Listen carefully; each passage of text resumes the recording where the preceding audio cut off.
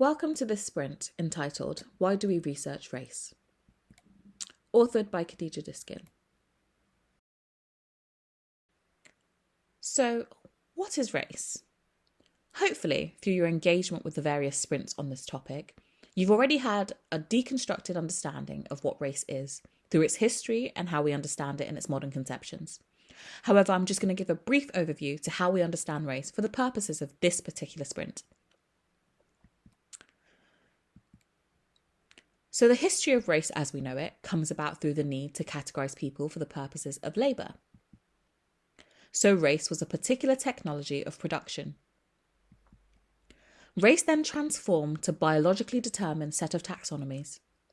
This was an intentional construction to make claims about which races were more superior and which races were inferior. The image on the side is an example of this. So now we understand that race transformed to a technology of power and classification. This in turn was used to justify the violent racism of slavery and colonialism.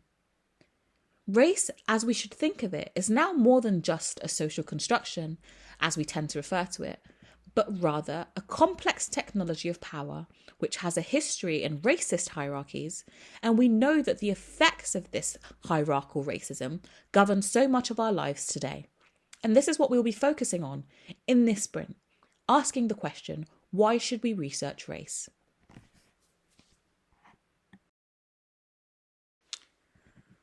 So, why should we research race? Let's start thinking firstly about historical research.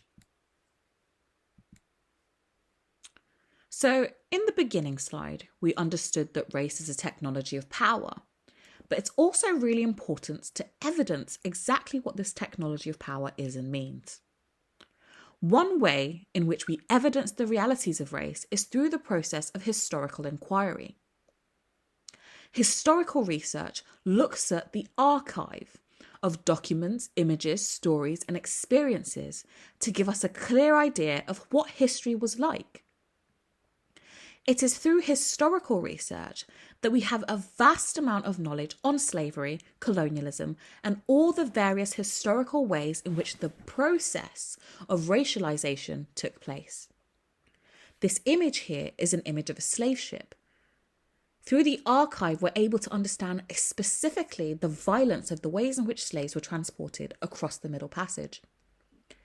Historical research is fundamentally important to how we research race and racism, and grounds us in not only evidence-based knowledge, but also presents to us the stories that may have been lost that we don't have access to today.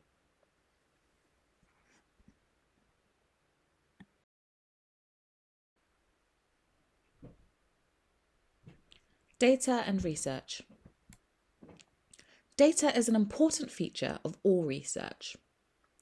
It allows us to see things that may not be easily identifiable through gathering large quantities of evidence. Census data, for example, which collects information on race, tells us about our population and our demographics. The various demographics about race also help us understand its power and inequality.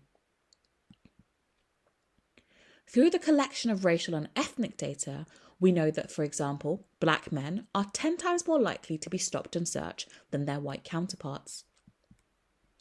Through the collection of racial and ethnic data, we also know that some cities have higher populations of black, Asian, and minority ethnic groups than others.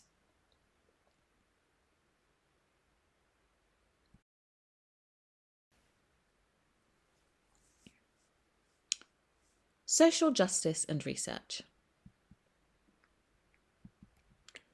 So, data on race helps us see the trends and patterns of power that often enlighten us to the realities of racism in our society. But data is sometimes not enough, especially if that data is not framed through an understanding of the history of race and racism and how we have now come to understand race and racism as technologies of power. Thinking back to the statistic mentioned before in the data slide, specifically that black men are 10 times more likely to be stopped and searched by police. Now, it could be easy to say something like, this just must be evidence that they commit more crimes. However, this would be a very racist assertion. If we take the data on its terms, though, this would seemingly be backed by data.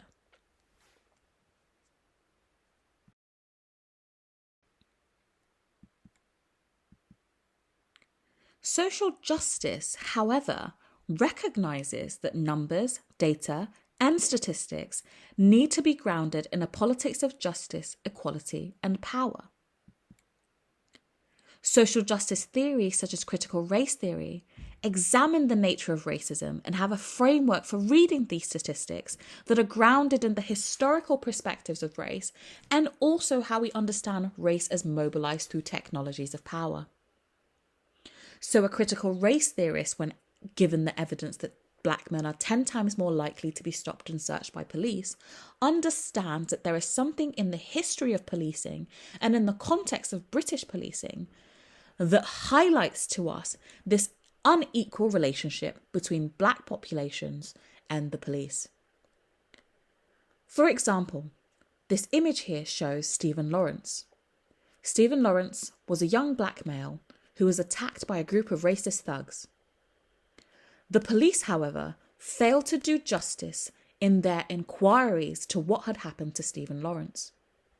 As such, a report was presented which aimed to understand how the case of Stephen Lawrence was missed by police.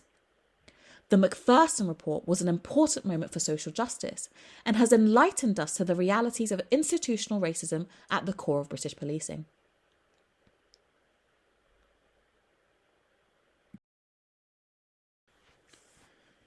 So, why do we research race?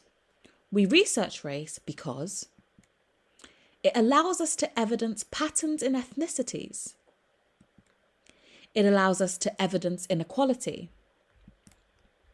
It allows us to develop theories for understanding power. It allows us to also know our history.